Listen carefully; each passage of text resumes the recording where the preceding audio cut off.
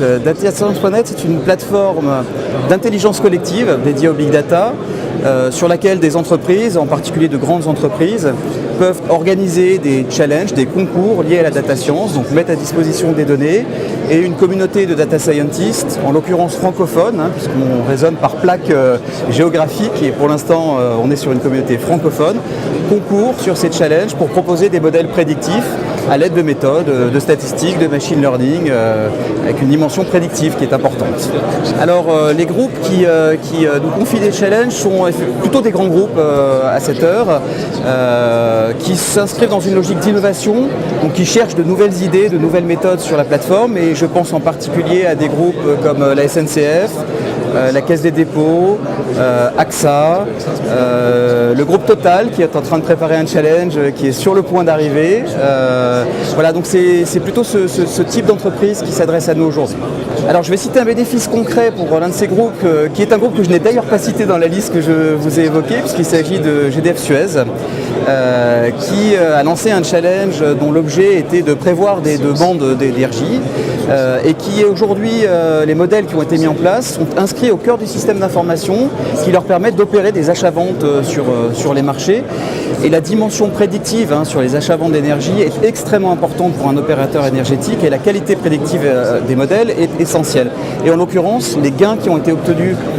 par le recours à cette plateforme d'innovation ont été très substantiels et ont conduit à revoir les modèles qui sont aujourd'hui utilisés par l'une de leurs filiales qui s'appelle Ecometrim. La rémunération des data scientists sur ce genre de challenge est aujourd'hui la suivante. La plateforme permet de classer les data scientists en fonction de la qualité prédictive de leur modèle sur la base de métriques qui sont des métriques objectives et scientifiques. Et les data scientists qui proposent les meilleurs modèles sont rémunérés en fonction de prix déterminés à l'avance. Alors seul le premier peut être rémunéré éventuellement, ou les 5 ou 6 premiers selon une logique de rémunération qui est fixée par les donneurs d'ordre. Ça, c'est la situation actuelle, qui est une situation compétitive.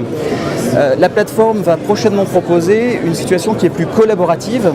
où on va proposer des systèmes qui permettent de mélanger des modèles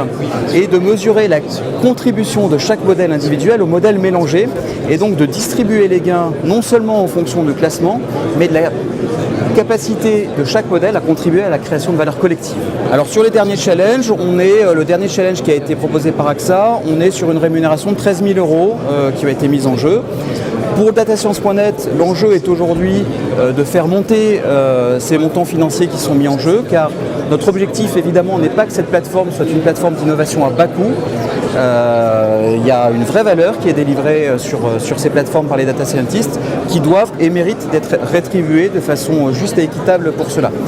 Il ne faut pas non plus négliger le fait que cette plateforme est perçue par les data scientists comme un très bon moyen d'apprendre, de progresser, et qu'ils y voient aussi cet intérêt-là, indépendamment de l'intérêt financier qu'ils peuvent y trouver, qui n'est pas leur premier moteur quand on les interroge. La participation de jeunes diplômés à la plateforme, nous l'encourageons, mais nous n'avons plus besoin de l'encourager. Si vous allez interroger les différentes formations, dont certaines sont sur ce salon, vous constaterez qu'elles-mêmes incitent leurs élèves à participer à ce genre de challenge, DataScience.net bien sûr, mais d'autres plateformes existent dans le monde, parce que c'est un vrai moyen d'apprendre, c'est ce que je vous disais précédemment. Et donc ce n'est pas nous qui le disons, ce sont les formations elles-mêmes qui incitent leurs ingénieurs, leurs élèves, leurs futurs ingénieurs à participer à ce genre de concours. Et bien sûr, nous les recrutons, nous ne sommes pas le seul à le faire, mais Bluestone, qui est l'animateur de cette plateforme, est un gros pourvoyeur de postes dans le domaine de la data science, puisque c'est notre cœur de métier.